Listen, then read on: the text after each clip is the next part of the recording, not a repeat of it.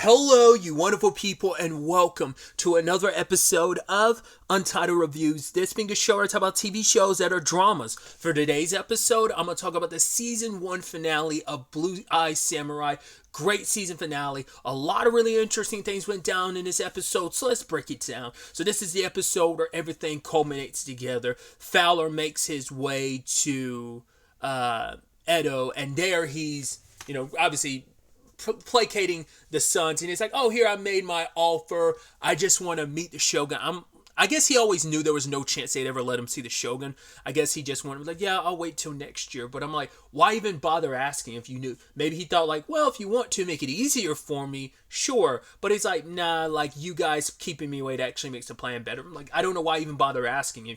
Maybe he just, let their guard down that much. I don't know what asking him would have accomplished. You were already going to come busting through, but I guess it's just the thrill of being like, oh, you didn't want to invite me? Don't worry, I'll come in here like the next day or maybe even the same day. So I don't know. That just seemed interesting to me. At the same time, we have Mizu and Ringo showing up, and obviously Mizu has no concern about the shogunate because, her perspective is true. It's like, right, this is all because the shogun made his deal. He didn't, whatever happens to him is his fault. He's the one that was a hypocrite, closing the borders, saying rules that there are no white people supposed to be in the borders, but while making a deal with white people, in particular having one in, if not two, in your borders, because Violet was here as well. So that is the situation. So for her, it's like, right, we'll get Akemi and rescue her and get her out. That'll be your job, Ringo. And at the end of the day, I'm going to get my revenge. That's all that we've kind of really got here. Everything else we'll just let the chips lie where they lie, because this is all the Shogun. He set this all in motion, and it's interesting how you could also say Mizu set a lot of this in motion down her back. But a lot of this was going to happen regardless of Mizu. Some elements of it are kind of on her, but we'll get to that later. So at the same time, we have that all going down. We have Akemi's father trying to tell her that, once again, he's doing all this for her, but then the real, once again, it's like, once you'll be free after you recognize me as the new Shogun. It's like, how did you think that was going to work?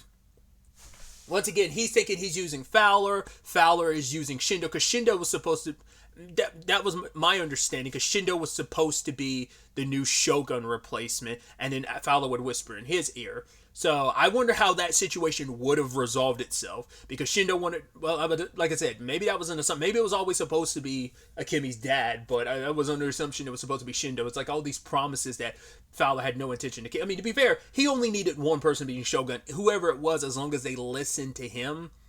It was a means to an end, because I know Shindo was going to probably kill Fowler the moment he got an opportunity to. I think Daichi, Akemi's dad, was kind of coming at it from the perspective of, well, I'll get rid of him once I become the Shogun and get all the power I want. It's like, right, I couldn't have a son, and this is the one role you can play as a daughter. I've given you everything you've ever wanted, and now I'm going to give you your freedom. But it's like, at what cost? Realizing, right, what you want from this country. You don't deserve this power, father, because you've worked with a terrible person who would overthrow everything and kill so many people. You'd sit on the sideline and reap the benefits of it.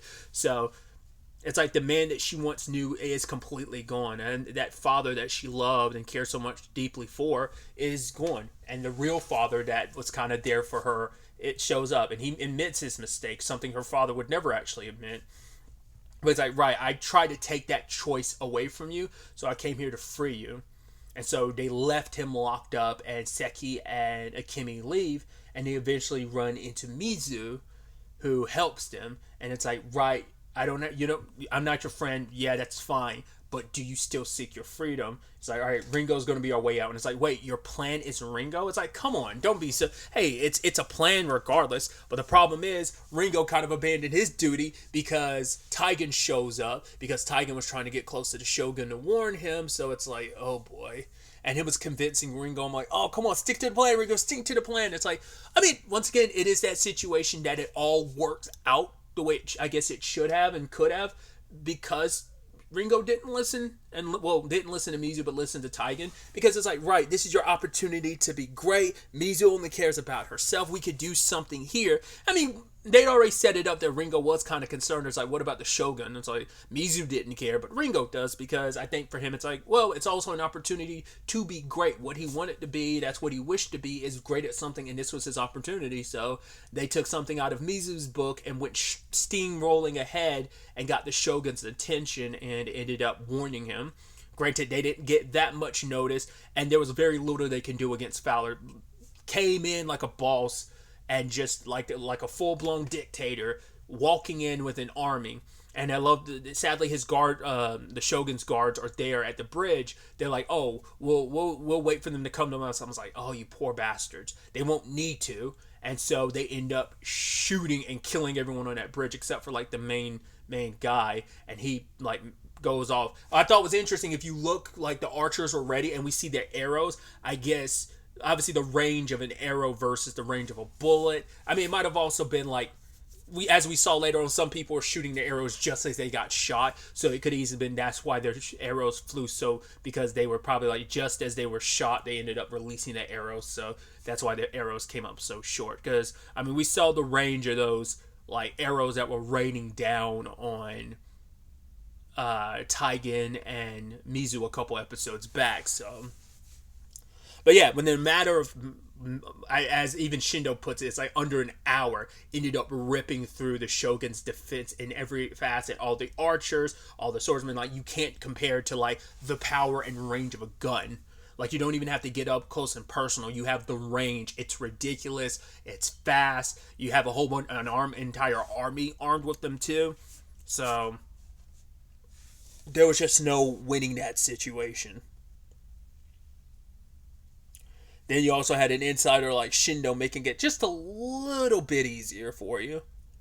And so I thought it was interesting, though. It did seem like even Shindo like was kind of like looking away from some of the death and destruction that he's partially responsible for. Because like when some of those people were being executed, he was kind of looking away. It's like, yeah, there is a lot of like, I think you think you're okay with all the death and destruction until you're up close and personal.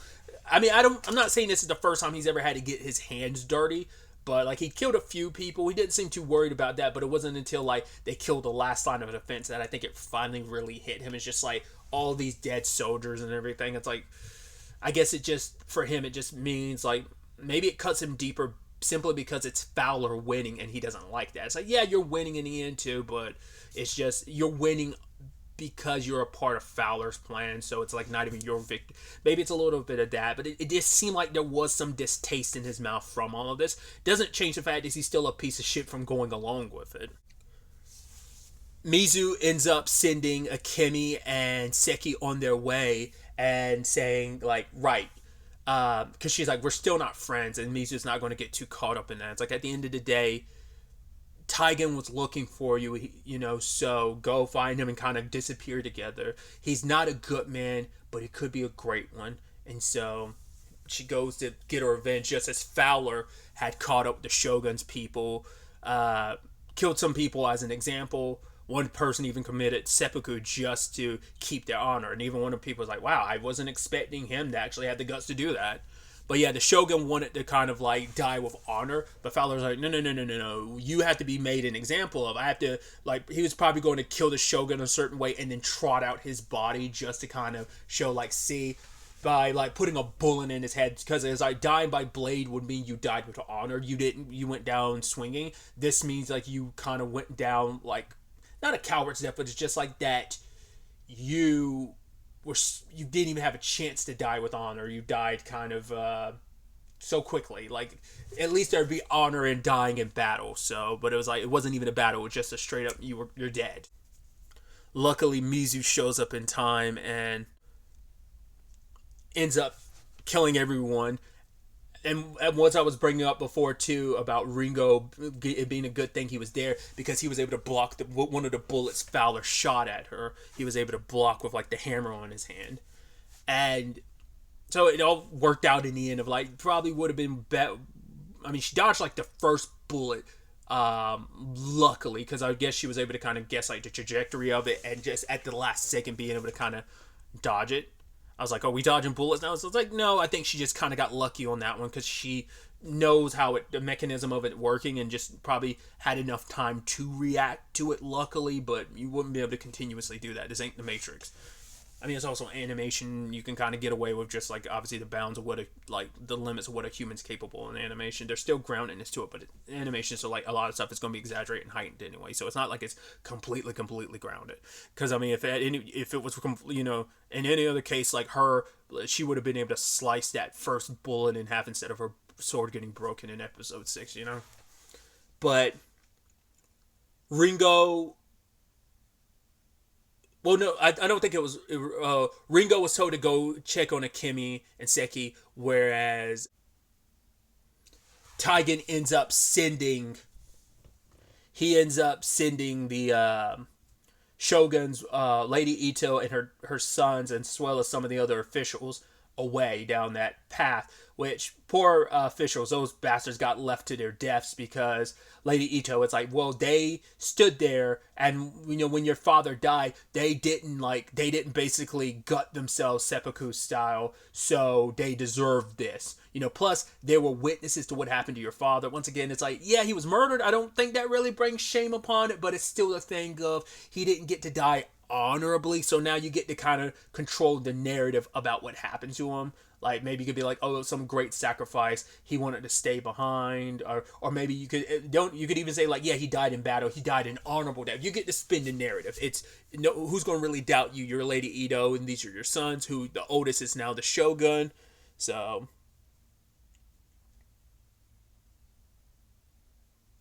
Taigen ends up taking care of Shindo, which I begging at the very end, be like, oh no, I could give you whatever you want. You want to be a lord, you can be a lord. I could get you, but it's like, no. At the end of the day, Taigen does have his honor, and it's just like, yeah, it ends up killing Shindo, and I'm like, very poetic of just taking the sword and just like diving it deep into him. So all your ambitions kind of came down to nothing. It all ends with your death. Luckily, like there's no way you were going to live out of anyone, so. But Taigen ends up showing up to help Mizu against Fowler. Fight doesn't go their way, but for Mizu, it's like, this isn't your fight. He's like, it's my fight because it's yours.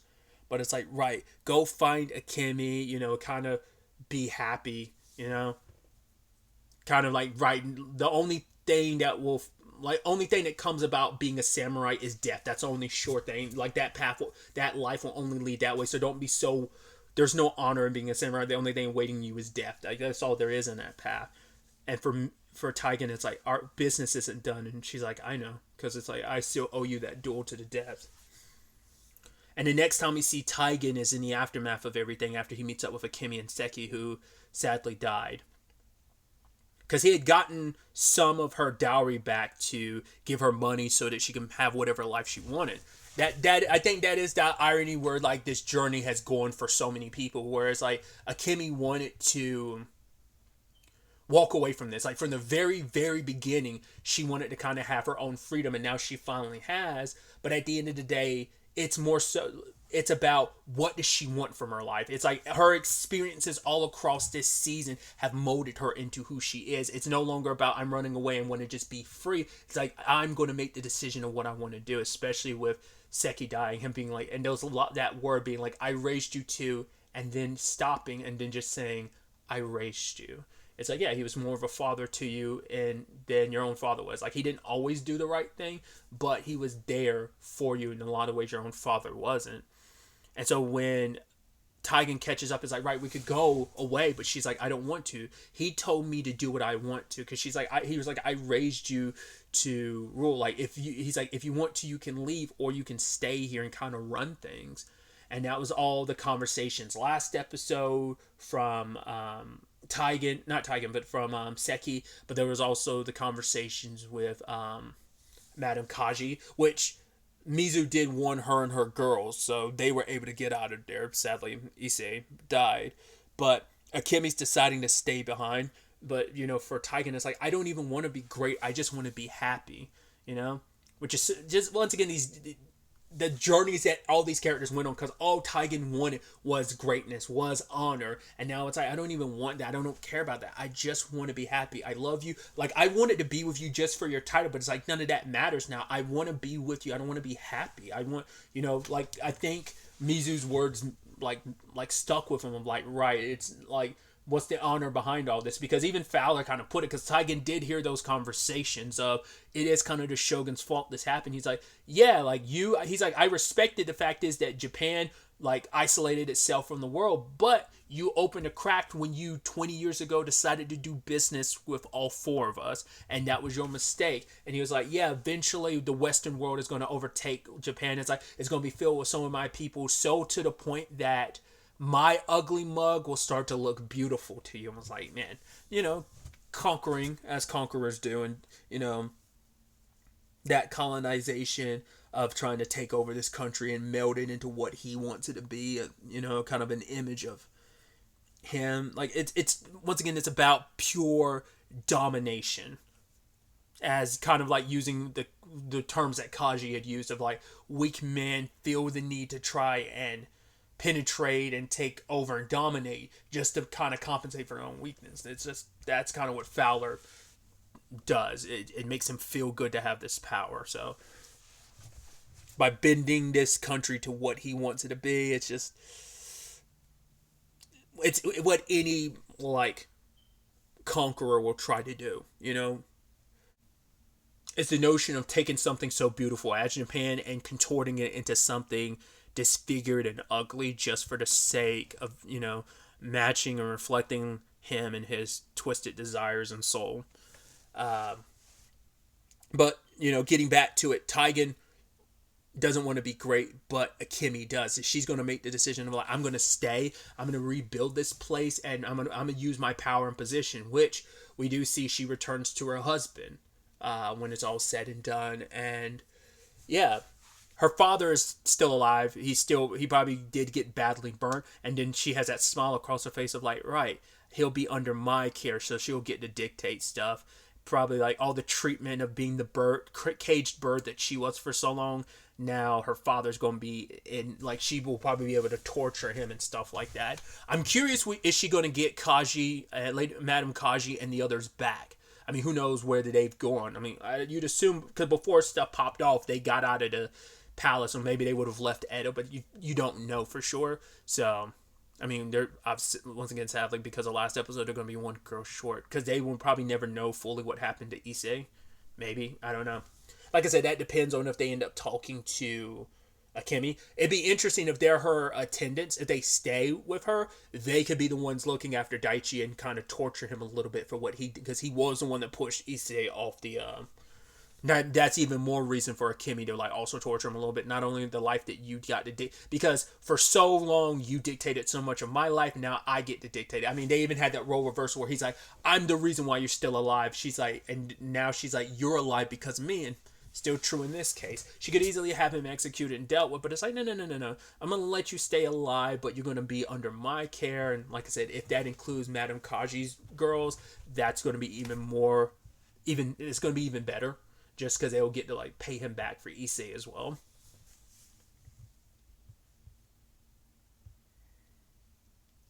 The fight between Mizu and Fowler escalates, and a fire ends up spreading because she was like, no, you're not leaving here, because she made it clear, like, if I survive, if I die, but I want to make sure, this will only end when you die, Fowler. And even he's kind of scared of like, wow, this person's relentless, this guy's relentless, like he just keeps coming. Mizu does look very much like a demon in the fire. But the fire starts spreading throughout not just the castle, it ends up spreading throughout all of the city. And Kaseki and Akemi ended up locking all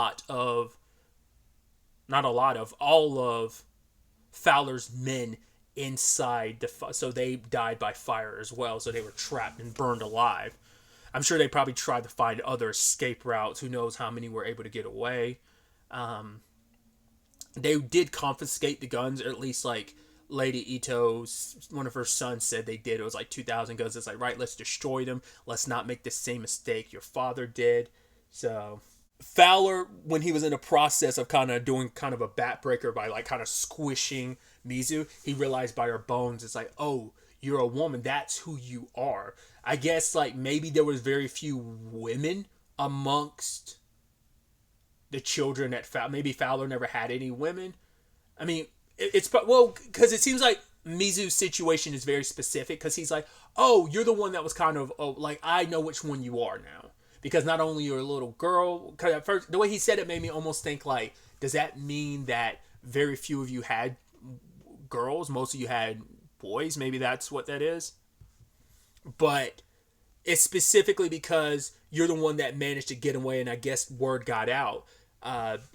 Because he knows exactly who you are, and he ends up saying like, oh, do you want to know which one killed my mother? She's like, no, I saw my mom die. To be fair, it's like her husband did it, but it's like, no, that was never her mother. That was the maid that was tasked with taking care of her, which is so sad because as we saw, there were good moments that they shared. But then I guess it's just a situation of she was paid to take care of the child. But the reason why she was so quick to get rid of her is because it's like, right, the money dried up. That's probably maybe that's, no, I was about to say maybe that's where the money came from. But it's like, no, she probably did have to just straight up, like when Mizu and Mikio were together, she probably did like, start living more on a straight and narrow, kind of put down the drugs. But she probably did go back to prostitution. Who knows? Because now it makes you go, did she actually sell Mizu out? Because that was never her own child. Like, no wonder she was very dissonant. Because my thought was like, well, I kept pressing like, because of the circumstances of Mizu's birth and also Mizu's a constant reminder of what happened to you. Like, of course, that would lead to some disdain. But we saw these cute moments they had, but it's just because she was paid to play the role of a mother and she never really was one. And maybe in her own mind, it's like, no, I was a mom. I was the only mom you really knew. It's like, I mean, that's also why she was probably able to, I can't fully associate, I was about to say, like, maybe that's also why she was able to easily disattach herself from Mizu, but it's like, I don't know. I think some level she did care, but there was just other elements at play that just kind of, it was this balancing act, and I think the scales tipped it more towards her just playing the role of a mother rather than fully being one. But I think for a little while Mizu and Mikio were together, she did step into the role of a mom, I think. But eventually she kind of stepped out of it because at the end of the day, it was just, she benefited from it. So that's why she was so happy for things to kind of work out, because she wanted to be taken care of again. For so long, she had to work as a prostitute just to kind of cover, just to survive. And now it's like, oh, I don't have to do that anymore because my daughter married someone who, it's not kind of abandoned by his lord, but still, it's still a beneficial situation to her mom. So, but it's like, right, your mom died by someone else's hand, and it's like, you'll never find the other two without me, because of like, one is tall, so that could also be why you're so tall. The other one has very specific eyes, like probably like very shiny blue eyes like you, so you could be any of ours. But it's like, yeah, you found Violet and me because we lived aloud. It's like we hid, but we were still very rambunctious in the way we went about our lives. So you won't find the other two without me, because I know a magic word that you don't: London. So like, right, they're not even in Japan, they're both in London, it seems like, interestingly enough.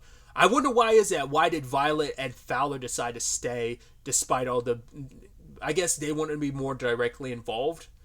Maybe they were just egotistical and just wanted, like, because obviously the other two share the same mentality, they just never bothered staying in Japan. Only they did. I wonder why is that. Maybe they have stuff waiting for them home in London, whereas Fowler and Violet didn't.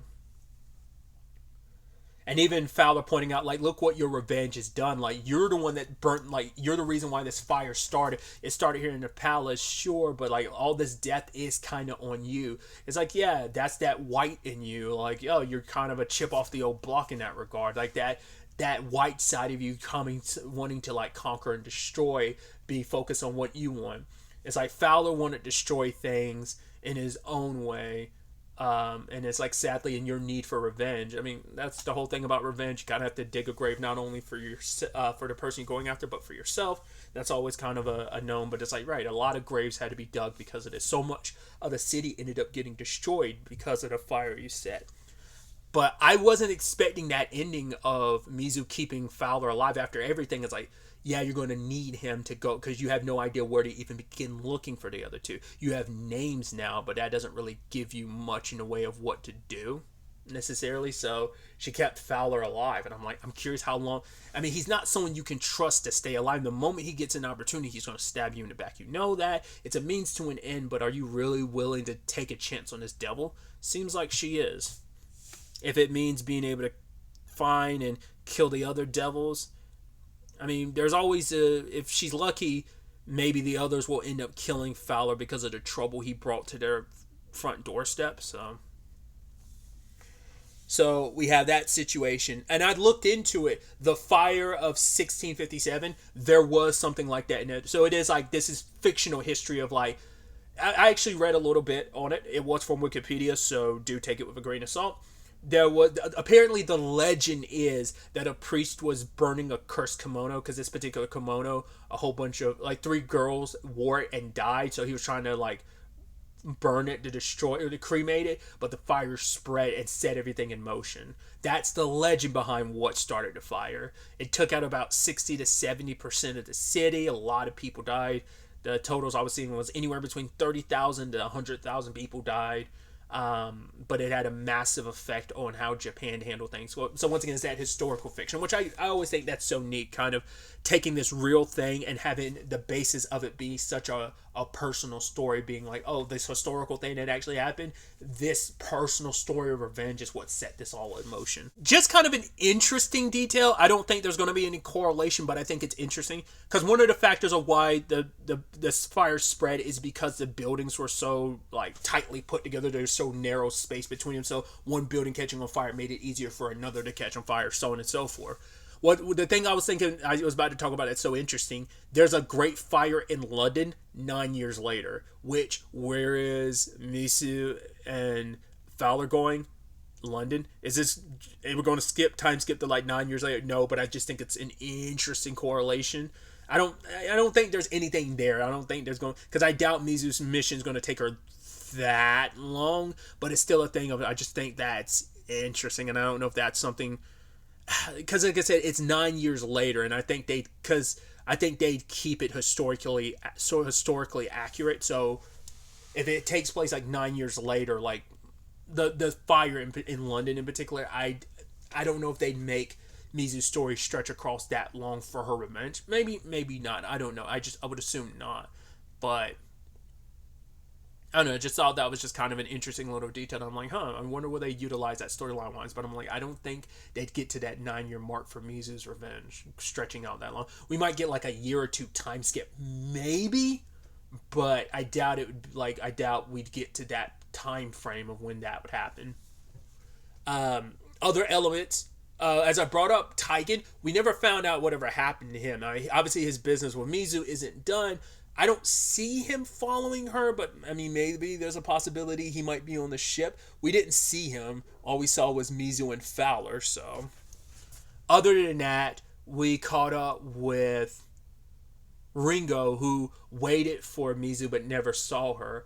And, you know, the sword maker was sad to hear that. So he's picking on a piece of wood, and he's telling Ringo, like, right, we can wait forever, or we can work. I guess work with the belief that maybe she will come back, or maybe just like, hey, instead of like diving into our feelings, giving into those emotions, we could put that towards us working. So it seems like Ringo went from being Mizu's master to being a student to now the sword maker. So like I brought it up previously, I wasn't sure where Ringo was going to land at the end of this. So still haven't crafted that sword yet, but I'm sure he's going to. I bet you that's the next thing they're going to work on. And it's like, right, if Mizu's still out there, maybe she'll come and reclaim it one day. But yeah, she's heading towards London, which is interesting. I wasn't expecting the setting to change, but makes sense if the other two are potentially in London. Like, maybe they'll only find one in London and not the other. We'll see how that plays out. But I'm curious, like, are we going to, like, because obviously a lot of these storylines are continuing, but the question then becomes, like, is Mizu going to come back to Japan or not? She kind of has no reason right now, but maybe something will lead her coming back home. But it's like her and Taigen have unfinished business. So that's why I'm like, in the future, are we going to have, like, because we're going to be in a new setting, will all those storylines kind of will we have a new set of characters, because she is going to be in a foreign land, and that's why she's going to need Fowler to help her figure stuff out. Because it's in the context of the show, like it's one of those things of they're speaking Japanese. Well, she is half white, so she might know. I was like, would you really need to know? I was about to say no, because like, well, because in the context of the show, they haven't been speaking Japanese because they've communicated with Fowler. But it's like, no, it's most likely like, even though the show's designed the way it is and it's in English voice acting, it's probably like, because I was about to say, like, Fowler's been living here the entire time. There's no way a lot of these people know a lot of these people know English. So it's like, this entire time, for the context, they've been speaking Japanese the entire time, but because it's an English voice cast, like, of course, like, you're just going to make it in English. But context wise, they don't really, it's not something I thought about until now. It comes up from time to time with Scott. It's kind of like listening to it's like playing a Persona game in English, where it's just like, right, you're hearing it in English, but really they're speaking Japanese, which gets so weird when they talk about certain contexts in English that you're like, oh, but you're speaking English, but it's like because you've got the dial, because it's originally in Japanese, whereas this is originally in English, because this is like an American production, but still, it's just kind of interesting to think about. But it's like, yeah, in the context of they've been speaking Japanese the entire series, so it's like she probably doesn't know any English, so she would need Fowler to translate. That'd probably be context you would probably get in the future that wasn't really there in the confines of the show. Just once again, it's one of those things like, oh yeah, and I just thought about it the entire time, because I'm like, she would be going to a foreign land, and does she know the language? I'm like, yeah, she's half white, she's been speaking English. It's like, no, she's been speaking Japanese the entire time. Why would you?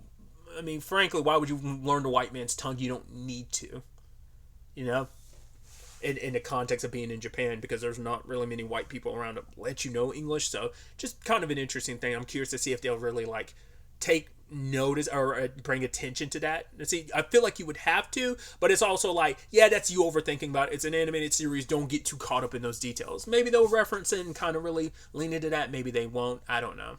I mean, it'd be interesting if they kind of played with it a little bit, because I mean, to be fair, the one I should also think about, I'm talking about video games, Warrior is designed like that. Because it's like, yeah, like, oh, they're speaking Chinese the entire time amongst each other, but like the show will also show you the shift. If you've ever seen Warrior, which I thought was kind of dope how they utilize that sometimes, where it's like, hey, they'd be like in the middle of speaking Chinese, and then like the camera will spin around, and it's like, and yeah, they're speaking English now. Because most of those actors are can speak both languages. But for the context of, yeah, they're always speaking Chinese, and Assam is special because special in the regards of, because he had like an English grandfather, he can speak English. So, but it's, my whole point was from a show storytelling perspective, they made that clear from the beginning of the series that that's something that could happen, and that, oh, the entire time, and they like cut out of it when you have people who don't speak Chinese hearing them talk. It's like, yeah, it's them speaking in Chinese, and it's like, because it doesn't register to people who don't understand. So it's one of those things, like, I think we could end up getting a scene like that in the future. I went on that whole diatribe just saying that I think we could get something like that in the future.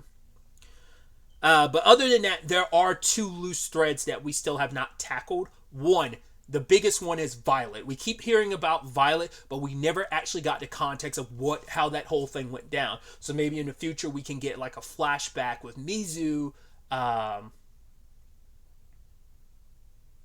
like showcasing that, like maybe there's lessons or developments from that story beat that might play a role and be necessary for the future of her story in London, like either something from those experiences or that encounter.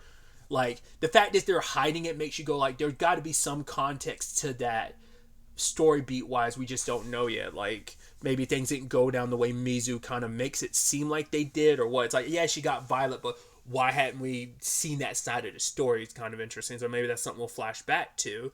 But also, too, the person that saved her. I keep bringing up the context of, she was a baby, people were there to kill her, but someone decided, no, I can't do this, and ended up killing her, ended up paying the maid to disappear with the baby. So we still don't know who that is. It might be one of the other two that in London, or it could be someone that they hired to do it. It's unclear. It feels more poetic if it was one of the people who's potentially her father who did it. Once again, maybe it has something to do with Violet. The fact is we haven't seen Violet. I was wondering, like, could it actually be that Violet's not dead and Violet's actually helping Mizu with her revenge? But it's like we haven't seen Violet pop up at all, so I'm like, I'd assume Violet's dead. There's just so much to that. Maybe there's going to be some people associated with that story that pop up in the future. Like I said, there's got to be some correlation between what happened with Violet and that whole ordeal and something that's going to play a role in Mizu's story going forward. It just don't have the connected dots yet, the context to draw any conclusions or connect any dots. So just those are the two major things we have to consider going forward. And like I said, what the story beats will be back here in Japan. Will we even cut to Japan at all following some of these stories, or will we just kind of leave it as is and only focus on London where Mizu and Fowler are? We'll ultimately have to wait to see. The show was renewed for a second season about like a week or two ago at the time of me recording this, so that was good news. So I'm excited to see where season 2 will ultimately take us. Probably take a little while. Obviously, it depends on whether they already started writing season 2 or not, and also animation takes a while. So I wouldn't expect like this coming out sometime in 2024. Maybe it could, but I'd assume 2025. I'd probably might even go as far as 2026. I'd say like late 2025, maybe earliest 2026, maybe. Once again, I'm not, and I have no idea how long it really takes to animate stuff, but animation takes a hot minute, so it could be a while. I mean, it definitely will be a while before we see something. Like I said, that also depends on how far along they are in the production stage of things. Like, have they already started writing season 2? Had they already kind of started writing by the time they were done with season 1? Stuff like that. So we'll ultimately have to wait to see what when season 2 comes about and what finally see what we can expect from season 2 and where it ends up ultimately taking us. But really, that's all I want to talk about. So the next time we meet, be happy, be safe, live life to the fullest, and enjoy it. Good day, and goodbye.